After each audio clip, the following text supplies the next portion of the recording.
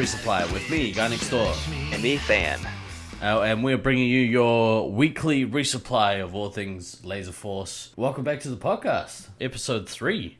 We're here to talk about the much anticipated review of the teams that are attending Nationals from Brisbane. But before we get into that, just a general PSA. The tournament this year, obviously held in Brisbane, Australia. The tournament will run from July the 30th till August the 3rd, Monday to Friday. Tournament fee, $200, includes meals. If you haven't already booked your flights, maybe you wanna do that so that we can all have a really awesome time at Nationals. One thing actually I've been trying to sort out is potentially getting everyone to stay in the same accommodation. The last couple of times, that'd be cool. Yeah, the last couple of times we've had Nationals in Brisbane, we've stayed at I think it's called the Gateway Resort. It's essentially a fancy trailer park, but it can house all of us, and it keeps us all within this nice little gated community, which means socializing with people becomes way easier than what's No. us. The real reason for keeping you guys in a gated community is so that when people decide to drink, because they will, the gates are closed and people can't go wandering off. Call it for what it is. Yeah, okay. It's preservation for everybody. It's protection for both us and for the general public, because I can imagine that there's going to be a few animals on this trip, looking to cut loose from either their families or people that legally can't drink in the States but can legally drink in Australia. So what you're saying is it might be a complete shit show, is really what you're saying. Yeah, or at the very least, a partial shit show. But if you're interested in that, fire me through a message.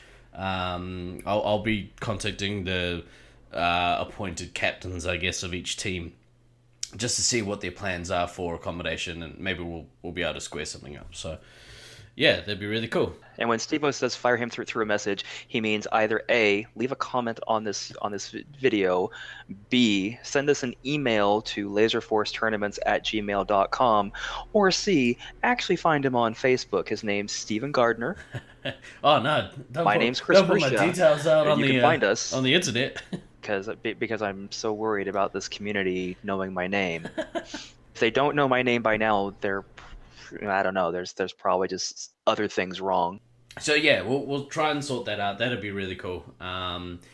Just on the subject of how to contact us, make sure you subscribe to the YouTube channel as well if you haven't already done so. I mean, I'd imagine that most people have, but yeah, smash that like button, give us a subscribe. All the things that all your favorite YouTubers and podcasters always say.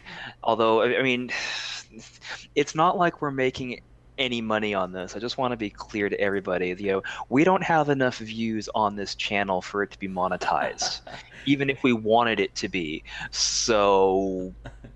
Yeah.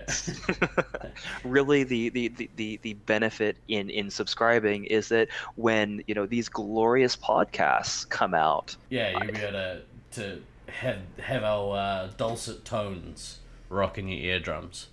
That's the best way I can describe it without vomiting.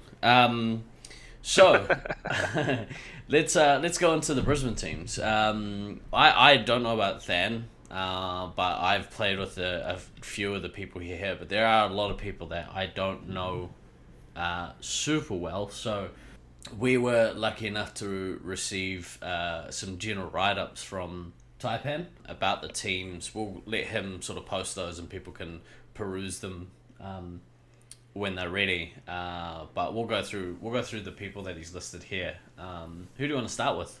Let's start with the Brisbane Missiles team, which is essentially their lowest ranked team of the four that they've got. Current lineup is Meow, Tripwire, Angel, Gemini, Nilthing, and Ryan. Now, of that list, honestly, there's two names that I take it back. There's three names that I recognize. I recognize Meow, I recognize Tripwire, I recognize Nilthing, but the only one of those three that I've actually seen play is Meow, and that's been a really long time. That was Ballarat the last time I saw her play. Yeah.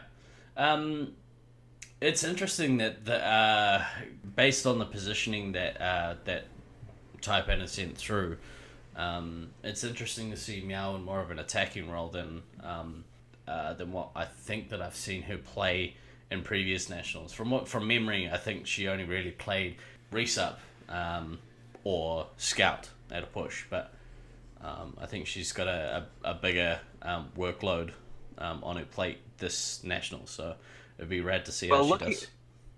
Looking at the levels that are assigned to each of these players, and for those of you that don't know, Brisbane runs the league.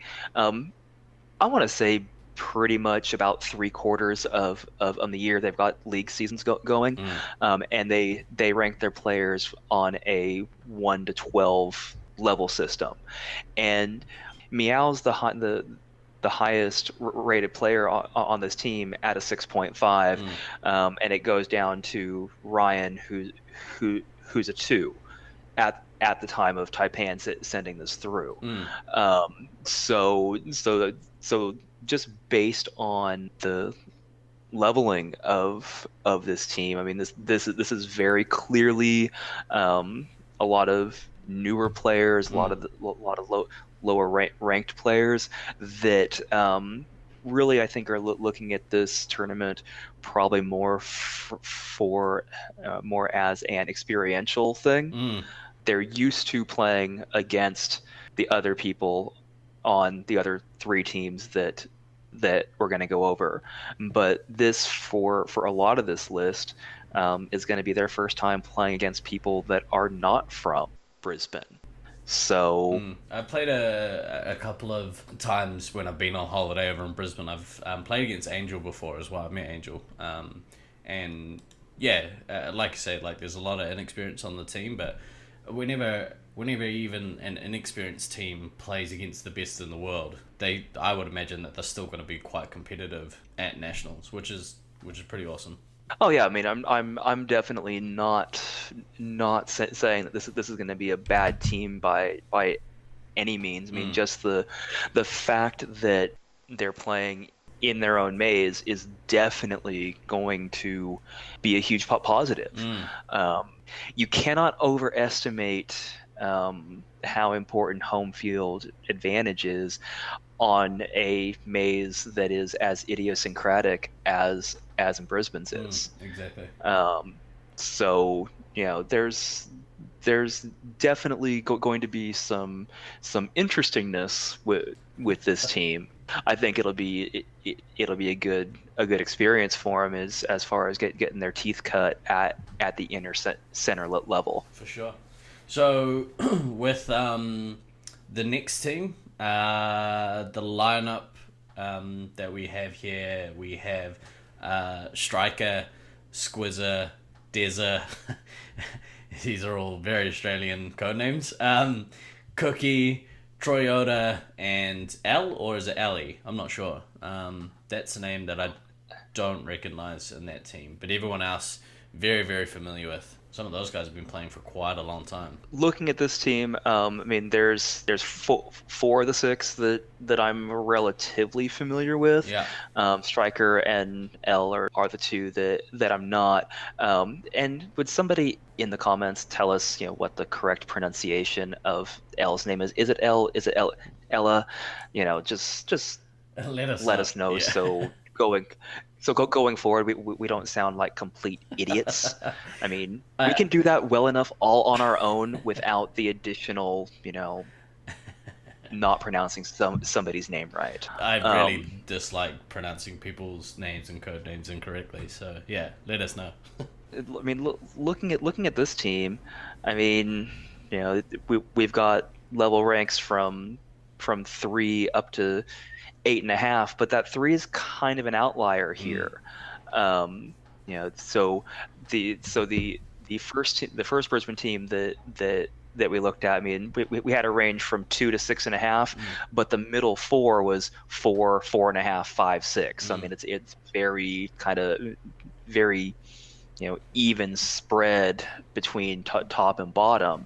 This team with they've got this range from their lowest level being a 3 and their top being an 8.5, but their second lowest is a 6.5. And like Cookie has been playing for a long time now. I played with her in Chula Vista, which was 2013, I think. If I remember. Was not correctly. 2013. 2013 was in Detroit. Chula Vista was 2010. The only reason I remember it was 2010 is because I was planning on going, and then I got a new position at work, like right around that time. It was like, nope, I cannot take that week off now.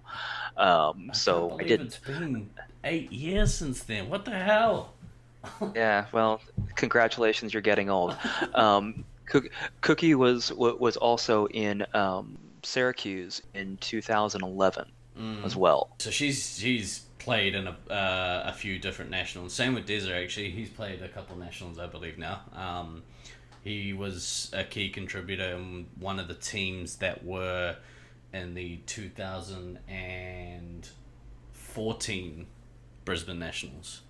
I remember he had quite a good tournament. So it's going to be really interesting to see how those guys go, because there's a lot of talent on that team. There's a lot of talent, and just based on the kind of the level grouping, you would expect this to be a not necessarily a flashy team, but this is a team that I look at this lineup, I look at the levels, and I just see a team that's going to be very, very consistent and very hard to break down.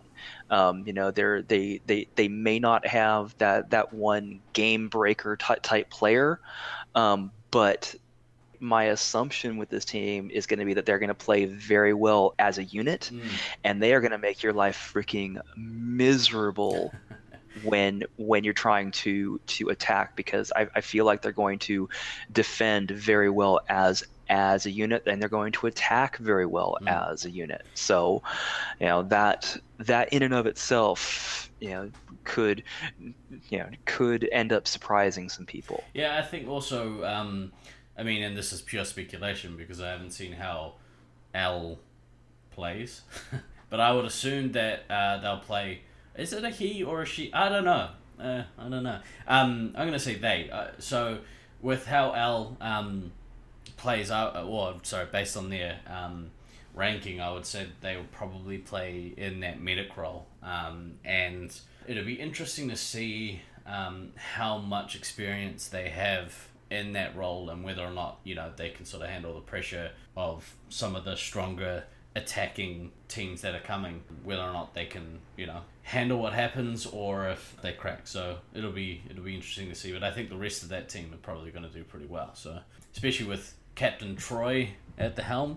I can't wait to see him again. It's gonna be cool. It's been a few years. That is a true thing.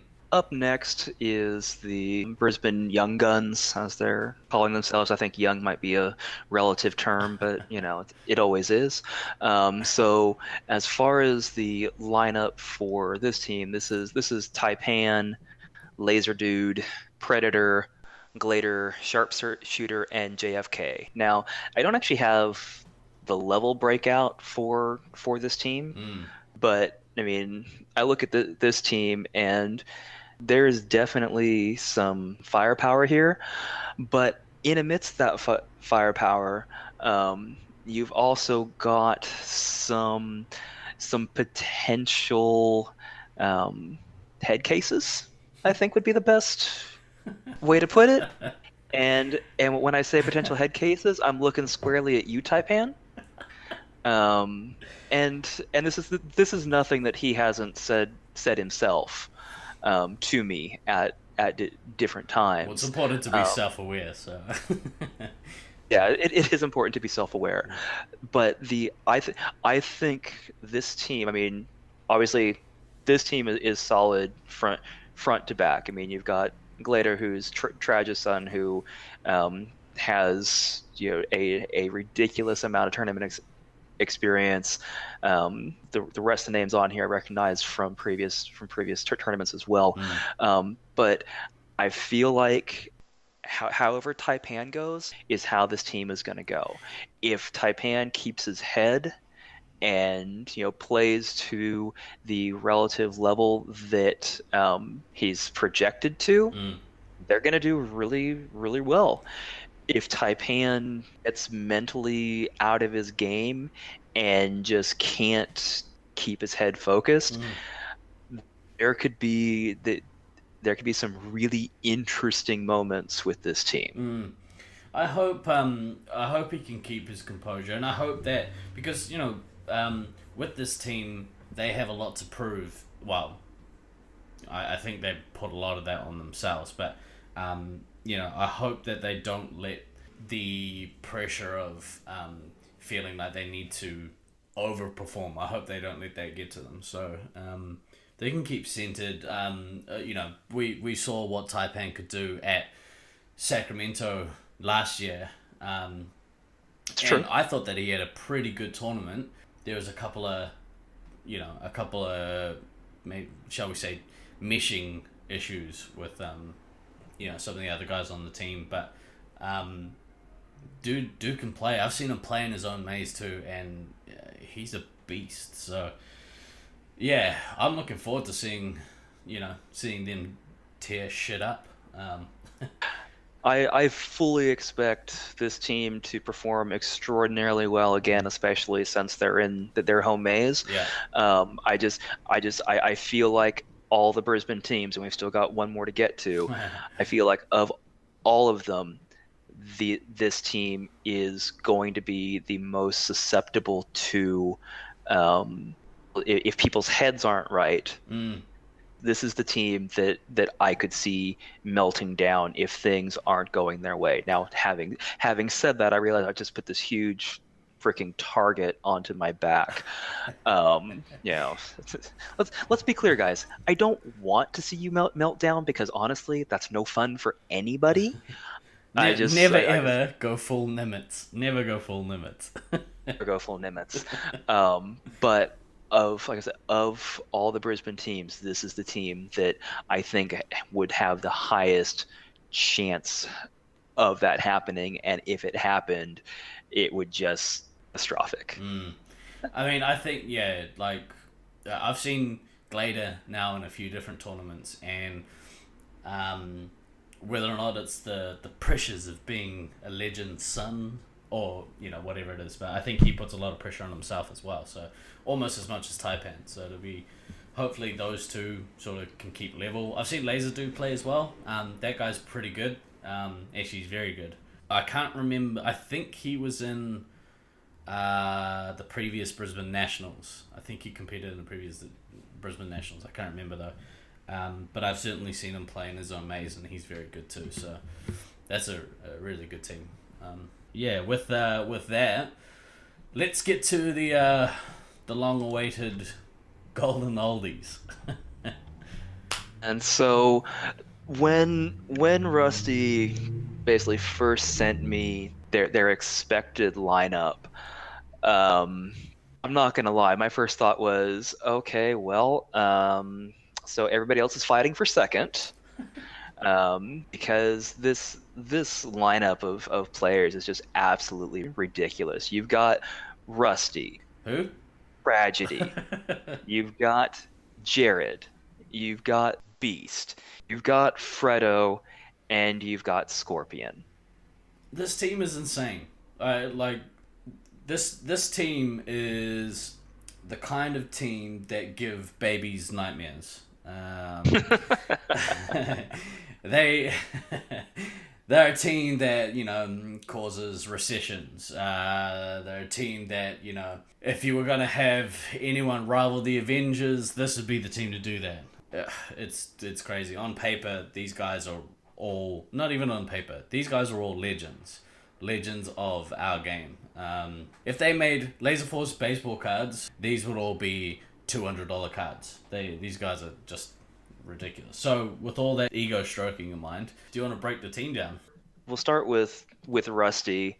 If you're new to the scene and you don't know who Rusty is, he's a transplanted Kiwi. He moved from Wellington to Brisbane. I don't know, 8, 10 years ago now. It's been a while. He's been in Brisbane for long enough to I think really it's longer than be. that. I think he moved there 2002. Again, everything blends together after a while. The point is, he's been in Brisbane for a really long time, and there's he is, by all measures and accounts, the best Laserforce player in the world. Mm. And I know that people do sometimes like to argue that fact. Really? But well, Taipan likes to argue that fact Okay, sometimes. so person likes to argue that fact. Gotcha. Okay, person likes to argue that fact. But the reality is that, if you're looking for a game breaker, somebody that can just absolutely do something ridiculous on his own Mm. with no help, and can turn a game by himself, because I've seen him do it Mm. more times than I want to think about. That's Rusty. And Mm. he is, there's little to no argument that he's definitely the best commander in Laserforce at the moment, and possibly even if you want to go all time. And I'm sure that some of the older school players could have some arguments with this as well. I'm sure that there'd be I'm sure Mental's name would get thrown out there. Mm. Ace 585, a couple other players from sites that are no longer open, and people that played way back in the day. But I really think you'd be hard pressed to get a better commander for this team Yeah. than Rusty. And then you move on from there, and okay, the team gets slightly weaker behind Rusty, but that's a super relative term. When your next players down are Tragedy, Jared, Beast, and Fredo, that's your next tier down, and then Scorpion. Mm. I mean, there is no weak link on this team in any way, shape, or form. Like the only weak link on this team might be Tragedy's knees. I think Tragedy's knees might be the weak link on this team. Treasure. Yeah, maybe. If you look at the King brothers, and I would assume that they are both going to play scout, because Jared is one of the best scouts I've ever seen. But Beast is one of the best players I've ever seen outside of Rusty. That dude, he was so good. I don't think he plays, and this is the other thing that might be potentially a weakness, but I doubt it, is that Jared and Beast don't really play on, yeah, I know Beast doesn't play on the regular because he moved away, but those two don't play on the super regular. I think Jared's playing the current league that's running in Brisbane at the moment, so I'm sure by the time Nats rolls around, he'll have his eye and his biceps back in the game. I don't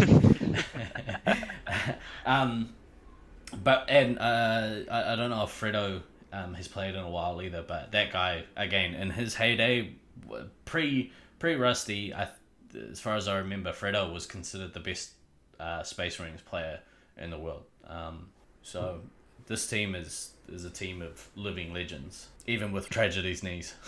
I'm going to be very surprised if this team drops many points during the tournament. Mm.